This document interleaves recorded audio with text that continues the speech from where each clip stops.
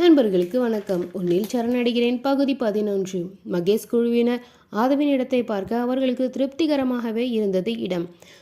உடனே இடமாற்றும் வேலையும் தாமதமின்றி நடக்க ஆதவும் உதவிக்கு வர அடுத்த 5 நாளில் புதிய ஸ்டுடியோவிற்கு பூஜை போட்டாயிற்று. புதிய விளம்பரம் புதிய ஸ்டுடியோவில் தான் ஆரம்பிக்க வேண்டும் என ஆதரவு உத்தரவிட்டுவிட அவன் கூறியபடியே வேலை துவங்கி இருந்தது. பள்ளிக்கு தயாராகும் குழந்தை ஸ்நாக்ஸ் புதுசாக ஏதாவது கொடுங்க என்று கேட்பது போலவும், புதுசாக மட்டும் இல்லை ஆரோக்கியமாகவும் நீ ஸ்ட்ராங்காக இருக்கணும்னா இந்த ராகி பிஸ்கெட் சாப்பிடணும் என்று பாட்டி சொல்லி கொடுக்க குழந்தை சந்தோஷமாக வாங்கி கொண்டு செல்வது போல் காட்சி அமைந்திருந்தது. எப்படி ஓகே தானே? மகேஷ் கேட்க டபுள் ஓகே என்று அனைவரும் சம்மதிக்க அதையே எடுத்துடலாம் என முடிவானது. எல்லாம் தயாராகி நடிக்க நடிகர்களும் வந்துவிட எப்படி நடிக்க வேண்டும் என்று பாட்டிக்கு மகேஷ் சொல்லி கொடுக்க நீரஜா குழந்தையிடம் வந்து சேர்ந்தாள். செல்லம், என்ன படிக்கிறீங்க? நான் செகண்ட் ஸ்டாண்டர்ட் படிக்கிறேன் ஆண்டி. அந்த மாமா சொல்கிற மாதிரி சமத்தான் நடிக்கணும், சரியா? நான் கரெக்டாக நடிப்பேன். குட். சரி, பிஸ்கட் சாப்பிட்றீங்களா? அந்த விளம்பரத்திற்கான பிஸ்கட்டையே கொடுத்தாள். குழந்தை சாப்பிடும்பொழுது காட்சியும் சரியாக அமையும் என்று நினைத்தவள் அதை கொடுக்க அதை வாங்கி பார்த்த குழந்தை, இது வேண்டாம், எனக்கு க்ரீம் பிஸ்கட் இல்லையா? அட, அதை விட இது சூப்பராக இருக்கும், சாப்பிடு, சாக்லேட் பிஸ்கட் என்று கூறி கொடுக்க அதுவும் சம்மதித்து வாங்கி கொண்டு அதை ரசித்து சாப்பிட்டது. இதை கவனித்த மகேஷோ, என்னம்மா பிஸ்கெட்டோட பேரையே மாற்றிட்ட? சிரித்தபடி அவன் வினவ, ஆமாண்ணா, நல்லது பற்றியெல்லாம் சொன்னால் குழந்தைக்கு புரியுமா? அதுவே அதுங்களுக்கு புரிய பாஷையில் சாக்லேட்டுன்னு சொல்லி கொடுத்தேன். சத்தம் இல்லாமல் சாப்பிட்றான் பாருங்க.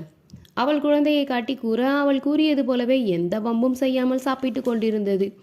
அதை பார்த்து கொண்டிருந்த மகேஷ் மண்டையில் பல்பு எறிந்தது. உடனே அவன் காட்சிகளை திருத்தி அமைத்தான். ஆதவ் காலை நேரத்தில் முதலில் திறந்த சூப்பர் மார்க்கெட்டுக்கு சென்று விட்டு மதிய இடைவேளைக்கு இங்கு வந்து விடுவான். இப்பொழுதெல்லாம் மதிய இடைவேளையில் சாப்பிட்டுவிட்டு ஒரு வாக் என்று கார்பாங்கில் நடைபயிற்சியை இவள் ஓய்வு நேரத்தில் செய்து கொண்டிருக்க, அந்த நேரம் அங்கு யாரும் அதிக நடமாட்டம் இல்லாமல் இருப்பதால் அவர்களின் சந்திப்பு தலமானது அது. அவன் யார் வந்தாலும் கவலைப்பட போவதில்லை. இவள் மட்டும்தான் அவனோடு பேசிக்கொண்டு இருந்தாலும் பார்வை மொத்தமும் சுற்றுப்புறத்தை அலசி தெரியும். இவனுக்கு உருண்டு ஓடும் அந்த திருட்டு விழிகளை பார்த்து சிரிப்பு வந்தாலும் அதை வெளிக்காட்டி கொள்ள மாட்டான். அன்று மாலை எங்கு செல்லலாம், எத்தனை மணிக்கு செல்வது, இல்லை வேலை இருக்கிறது நாளை செல்லலாம் என்ற திட்டமிடலெல்லாம் அங்குதான் நடைபெறும். அந்த ஞாயிறு அவளை பப்பிற்கு அழைத்து செல்வதாக கூறியிருக்க சரி என்று சம்மதித்து இருந்தாள். அங்கு சென்ற பிறகுதான் குழந்தைக்கு ஏன் இங்கு வந்தோம் என்ற அளவிற்கு ஆயிற்று. முதலில் அவளை அவன் அழைத்து சென்றது ஜவுளி கடைக்கு தான். இந்த சுடிதாரோடு பார்த்து போர் அடிக்குது, கொஞ்சமாவது காலத்திற்கு ஏற்றாற்போல் மாறு என்று ஜீன்ஸும் டாப்ஸும் டிஷர்ட்டுமாக வாங்கி கொடுத்தான். சுடிதாரும் கூட புது வெரைட்டியில் 4 எடுக்க இவள் அணிவது போல் சாதாரண ஆடைகளையும் அவள் எடுத்துக்கொண்டாள். இது ஏன்? அவன் முறைக்க, வேலைக்கு வரும்போது இது போதும், நீங்கள் எடுத்து கொடுத்தது போல் கிராண்டாக இருந்தால் எல்லாரும் ஒரு மாதிரி பார்ப்பாங்க. இது ஒரு கிராண்டா? சுடிதார்லாம் 50,000 வர கூட இருக்குது, தெரியுமா உனக்கு? 50,000? அவள் வாய்ப்பிழக்க, வாய மூடு, கொசு உள்ளே போயிட போகுது. அப்புறம் யார் பார்த்தா தான் என்ன? நம்ம லைஃப், நம்ம வாழ்க்கையை நம்ம இஷ்டப்படி தான் வாழணும். அடுத்தவங்களுக்காக நம்ம சுதந்திரத்துக்கு இழக்க முடியாது. அப்படியே அடுத்தவங்களுக்காக யோசித்து சுயத்தை இழந்துடாத. கண்டிப்பும் கராராக அவன் கூற சரி என்பது போல் தலையை லேசாக ஆட்டி வைத்தாள். தலையில் வலிக்காது போல் ஒரு குட்டு வைத்தவன், இனிமேலாவது போல்டாயிரு. அழைத்து கொண்டு பில் கவுண்டரில் நெருங்க, இந்த ட்ரெஸ்ஸுக்கு நானே பில் போடவா என்று அவள் லேசாக கூற அவன் முறைத்த முறைப்பில் வாயை பொத்தி கொண்டாள். அவனுக்கோ இதுபோல் ஒருவன் மாட்ட மாட்டானா? அவன் செலவில் உலகையே வாங்கிவிட மாட்டாமா என்று பல பேர் இருக்க இவளை எந்த லிஸ்டில் சேர்ப்பது என்று அழுத்தது. காரில் செல்லும்போது, இந்த மாடர்ன் ட்ரெஸ்ஸெல்லாம் ஞாயிற்றுக்கிழமை உங்கள் கூட வெளியே வரும்போது மட்டும் போட்டுக்கிறேன் மெதுவாக அவள் கூற தலையை இருபுறமும் மாட்டியவன், உன்னை திருத்தவே முடியாது. எனக்கு இது புதுசு தானே, அதனால கொஞ்சம் கூச்சமாக இருக்குது. அவள் குழைய, ஏண்டி நீ இப்படி இருக்க? அவனுக்கு பிடிக்காததை சொன்னாலோ செய்தாலோ கோபம் வந்தாலோ இப்படி டீ போடுவான். அவளுக்கு அது மிகவும் பிடிக்கும்.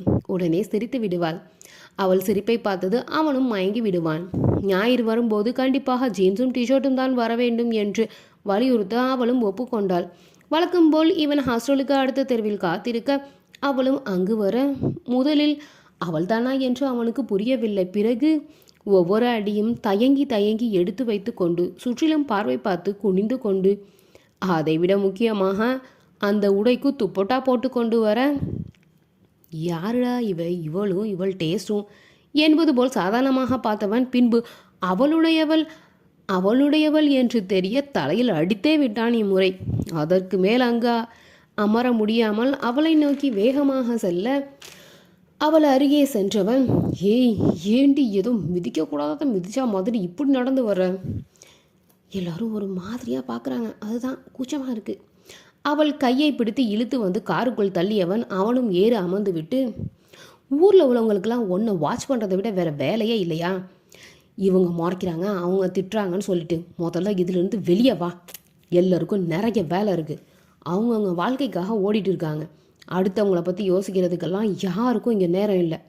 அவன் வேகத்தோடு கூறி முடிக்க, அதெல்லாம் சரிதான், இந்த ட்ரெஸ்ஸை போட்டு வெளியே வரும்போது ஹாஸ்டலில் உள்ளவங்க கூட ஒரு மாதிரி பார்த்தாங்க தெரியுமா? அவளை திரும்பி பார்த்தவன் மேலிருந்து கீழ் வரை ஒரு முறை அளவெடுத்து விட்டு, இந்த புதிய உடையில் அவள் அழகு இன்னும் கூடுதலாக ஆனது போல் இருந்தது. பேண்ட் ஷர்ட் போடும்போது பல பெண்கள் அவர்கள் வசதியை நினைக்கிறார்களே தவிர தங்கள் உடம்பை பற்றி நினைப்பதில்லை. ஒரு சில பேருக்கு அது பொருந்தாத உடையே. இதையெல்லாம் வெளியில் சொன்னால் பெண்ணியம் பேசிக்கொண்டு சண்டைக்கு வந்து விடுவார்கள். ஆனால் இவளுக்கு அற்புதமாக பொருந்தி இருந்தது. பழுப்பு காட்டும்படியோ கவர்ச்சி காட்டும்படியோ இல்லவே இல்லை, அழகாக இருக்கிறது, அவ்வளவே. அதை நினைத்தவன், உன்னை பார்க்குறவங்க எல்லாம் பொறாமையில் பார்த்துருப்பாங்க என்று கூற கண்களில் மின்னல். உடனே புன்னகைத்தவள், நீங்கள் சொல்கிறதும் உண்மையோ பொய்யோ, ஆனால் கேட்க நல்லா இருக்கு. அது சரி, இதெல்லாம் துப்பட்டா சுடிதாருக்கு, இப்போல்லாம் சுடிதாருக்கே யாரும் இதை போடுறதில்ல, அது அவங்க விருப்பம், எனக்கு இது பிடிச்சிருக்கு. தன் துப்பட்டாவை ஆராய்ந்தபடி அவள் கூற, இவ்வளோ நேரம் அவங்க பார்க்குறாங்க இவங்க பார்க்குறாங்கன்னு சொன்னிய, அது இதுக்காகத்தான் இருக்கும். அவனை என்னவோ போல் அவள் பார்க்க, நான் கூட்டிகிட்டு போகிற இடத்துக்கு இந்த துப்பட்டாவை கார்லேயே விட்டுட்டு வந்துடு, மோட்டுட்டு மட்டும் வந்துடவே வந்துடாத. கலட்டணுமா? கவலையாக அவள் கேட்க, ஆமாம் என்றான் கண்டிப்பாக. பப்பிற்கு அழைத்து சென்றிருந்தான். அரைகுறை வெளிச்சத்தில் அனைவரும் கூச்சலிட்டு குதித்து கொண்டிருக்க, ஒரு சில பேர் குடித்து கொண்டிருக்க, இந்த வெளிச்சத்தில் யாரும் தன்னை பார்க்க வாய்ப்பில்லை என்று இவள் நிமிர்ந்து அமர்ந்து அனைவரையும் கவனித்து கொண்டிருந்தாள். தொடை தெரியும் கவனம், ஸ்லீவ்லெஸ் உடையும் என்று அவர்களை பார்த்து இவள் வாய்ப்பிழந்து அமர்ந்து இருந்தாள். அவளையே ரசித்து கொண்டிருந்தவன், நீ ஒரு வாட்டி ட்ரை பண்ணுறியா என்று கையில் இருந்த கிளாஸை காட்டி கேட்க, உடனே வேகமாக தலையை ஆட்டி மறுத்தாள். மீண்டும் தன் பார்வையை அவளை தொடர, ஏன் பார்த்துட்டே நிற்கிற, வேணா நீயும் போய் டான்ஸ் பண்ணு, யாரையும் எதுவும் சொல்ல மாட்டாங்க வேண்டும் என்றே அவன் கூற மறுபாய் தலையசைத்தவள், நான் அதுக்காக பார்க்கல, எனக்கு வேறு டவுட்டு, கேட்கட்டுமா? ஆமாம், நீ என்னத்தை கேட்பன்னு தெரியாது, இப்படி ட்ரெஸ் போட்டிருக்காங்களே, அரைகுறையாக சுற்றுறாங்களே, இப்படி எல்லாம் சேர்ந்து ஆடுறாங்களே, மற்றவங்க மேலே கைப்படாதா கல்படாதா, இதை தவிர நீ என்னத்தடி கெட்டுட போகிற என்று நினைத்தவன், கேளுமா என்று அனுமதிக்க, இந்த இடம் இவ்வளோ இருட்டாக இருக்க, பாம்பு பள்ளின்னு ஏதாவது வந்து யாருக்கும் அது தெரியாமல் தப்பி தவிர யாரையாச்சும் கொத்திட்டா என்ன பண்ணுவாங்க, புரியாதுல்ல என்று கேட்க, இம்முறை அவனால் சிரிப்பை அடக்கவே முடியவில்லை. களியில் இருந்த கோப்பையை கீழே வைத்து விட்டு குனிந்தே விட்டான். சிரிப்பை அடக்க முடியாமல் குனிந்த அவனின் முதுகு குழுகுவதை பார்த்து அவன் சிரிப்பது புரிய, இவளோ இப்படி சிரிக்கிற அளவு என்னத்தான் சொல்லிட்டோம் என்று குழம்பி தவித்தாள். சிரித்து முடித்தவன் நிமிர்ந்து அமர்ந்து ஒருமுறை தொண்டையை சருமி சரி செய்து கொண்டு தன் சட்டையை நீவி சரி செய்தவன் பின் கையை அவளிடம் நீட்டி, ஏ தங்கமே, இந்த மாதிரி அபார சிந்தனையெல்லாம் உனக்குத்தான் வரும் என்றான். இவர் நம்மளை கிண்டல் செய்கிறாரா பாராட்டுறாரா என புரியாமல் அவள் விழிக்க, அவனுடைய வருகை அவள் வாழ்வில் இனிய அத்தியாயமாகவே இருந்து வருகிறது. அவளை ஹாஸ்டலில் இறக்கி விட்டுவிட்டு அவன் சென்று விட, இவள் உள்ளே சென்றதும் முதலில் அந்த உடையை கழட்டி நைட்டுக்கு மாறினாள். அவனுக்கோ ஒவ்வொரு நாளும் அவள் தன் மனதை கொஞ்சம் கொஞ்சமாக ஆக்கிரமித்து இன்று முழுவதும் குடிக்கொண்டு விட்டாள் என்றே தோன்றியது. இதற்கு மேல் ஏன் காத்திருக்க வேண்டும், அவளிடம் தன்னை வெளிப்படுத்த வேண்டியதுதான் என முடிவெடுத்தான். அவள் தன்னோடு இனி ஒன்றாய் இருக்கப் போகிறாள் என்பதை நினைக்கும் போது புது வெள்ளம் போல் இரத்த ஓட்டம் உடலெங்கும் ஓடி வருவது போல் இருந்தது.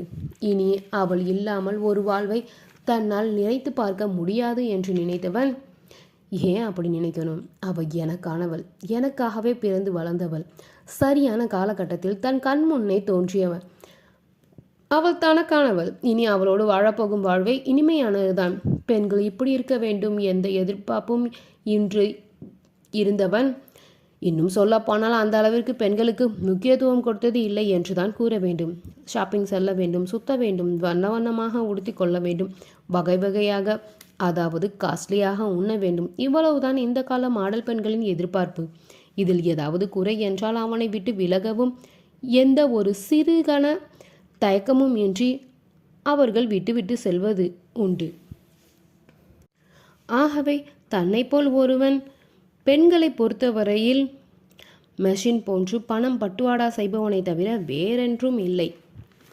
தங்கள் ஆசையை தீர்த்து கொள்ளும் எந்த எல்லைக்கும் மீறுபவர்கள் என்ற எண்ணத்தை முதல் முறையாக அடித்து தள்ளியிருந்தாள் நீரஜா.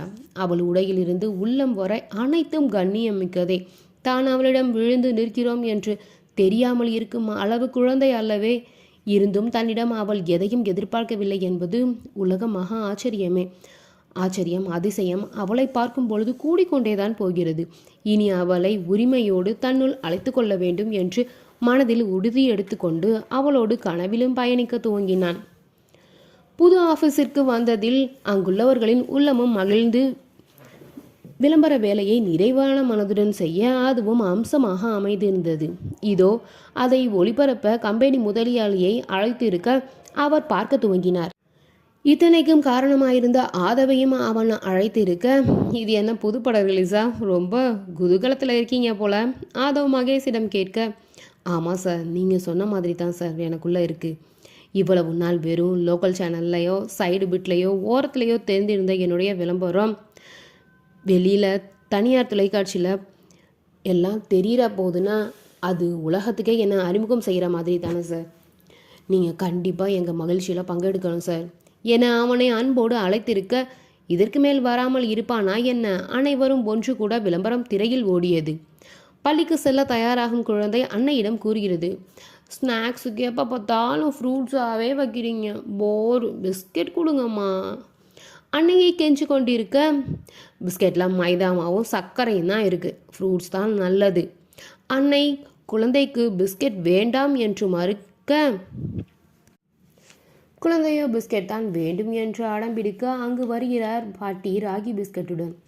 பிஸ்கெட் தானக்கண்ணா வேணும், இதை எடுத்துட்டு போ என்று கேழ்வரகு பிஸ்கெட்டை கொடுக்க, இது என்ன இப்படி இருக்கு என முகம் சுளிக்க, சாக்லேட் பிஸ்கெட்ரா என்று கூறவும் உடனே வாங்கி சாப்பிட்டவன், யம்மி, நல்ல பாட்டி என்று கூறிக்கொண்டு அவன் பள்ளிக்கு ஓடுகிறான். சாக்லேட் பிஸ்கெட்டா என்பது போல் மகேஷை பார்த்தார் கம்பெனி ஓனர். மீதையும் பார்த்துடுங்க என்பது போல் அவன் திரையை காட்ட மருமகள் கூறுகிறாள், என்னத்தான் நீங்கள் ஆரோக்கியம்னு மல்லுக்கு நிற்பீங்க, நீங்களே பிஸ்கெட் கொடுத்து அனுப்புறீங்க. இது கேழ்வரகு பிஸ்கெட்மா, உடலுக்கும் நல்லது, எலும்பையும் வலுவாக்கும். இது எல்லாம் சொன்னால் அவனுக்கு புரியாது, அதுதான் அவனுக்கு பிடிச்ச பாஷையில் சொல்லி கொடுத்தேன், உடனே சாப்பிட்டான் பாரு. நல்ல விஷயத்திற்கு போய் சொன்னால் தப்பில்லை என்று மருமகளும் மாமியாரும் அந்த ரொட்டியை சாப்பிடுவது போல் காட்சி முடிந்தது. கம்பெனி ஓனருக்கு மட்டுமல்ல, ஆதவிற்கும் கூட அது மிகவும் பிடித்து விட்டது. எழுந்த ஓனர் மகேஷை, சூப்பர் தம்பி, நல்லா இருக்கு என்று அணைத்து விலக, ஆதவ் நைஸ் என்று கைப்பற்றி குழுகினான். மற்றவர்களும் மகிழ்ந்தனர். வேலையெல்லாம் முடிச்சிட்டு தம்பி, நாளைக்கே சேனலுக்கு கொடுத்துடலாமா? எல்லாம் முடிச்சிட்டு சார், தாராளமாக கொடுத்துடலாம். உடனே தன் பிஏவிடம் கண்காட்டியவர் அவர் தந்த செக் புக்கை வாங்கி கையெழுத்திட்டு மகேஷிடம் கொடுத்தார். அதை பெற்றுக்கொண்டவனும் அதை பார்த்து விழித்து, சார், நம்ம பேசின அமௌண்ட்டை விட கூடவா இருக்குது? எனக்கு ரொம்ப பிடிச்சிட்டு தம்பி விளம்பரம், இது மக்களையும் கவர்ந்துடும், நம்ம தயாரிப்பு நல்லா போகும், அடுத்தடுத்து நம்ம போடுற எல்லா வெரைட்டிக்கும் இனி உங்கள் விளம்பரம் தான். அதை கேட்டு மகேஷ் குழுவினர் மகிழ அவரும் விடைபெற்று சென்றார். அதோ மீண்டும் கைக்குளித்து விட்டு, வாழ்த்துக்கள், உங்கள் வெற்றி மேலும் தொடரட்டும் என்று வாழ்த்தி விட்டு, நன்றி சார், நீங்கள் ஆரம்பித்து வைத்தது தான் என்று மகேஷும் அவனுக்கு நன்றி கூற, கடின உழைப்பும் முயற்சியும் என்றும் வீணாகாது, அவன் சென்றுவிட செல்லும் முன் நீரஜாவை பார்த்து தலையாட்டி விட்டே சென்றான், மற்றவர்கள் கவனிக்காத வகையில். இந்த கதை உங்களுக்கு பிடிச்சிருந்தா தொடர்ந்து கேட்டுட்டே இருங்க.